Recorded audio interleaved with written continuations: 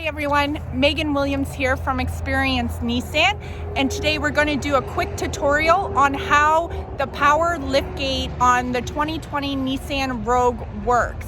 So I've got a 2020 Rogue Platinum right here, and this would work on a Murano as well as a Pathfinder. So anything that does have the power liftgate, we do have the Motion Activated Liftgate as well, and let me show you the ways that you can open your power liftgate. So we are looking inside right now at the Rogue. To the left of the steering wheel, we have a cluster of buttons. These buttons allow you to do certain things. One is to open and close the liftgate. So that's option one. Okay, option two to open your liftgate is located right down here. There is just a little button that you press and voila, it opens.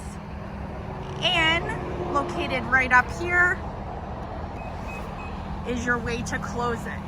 It's this fourth button here. See how it says hold? Hold.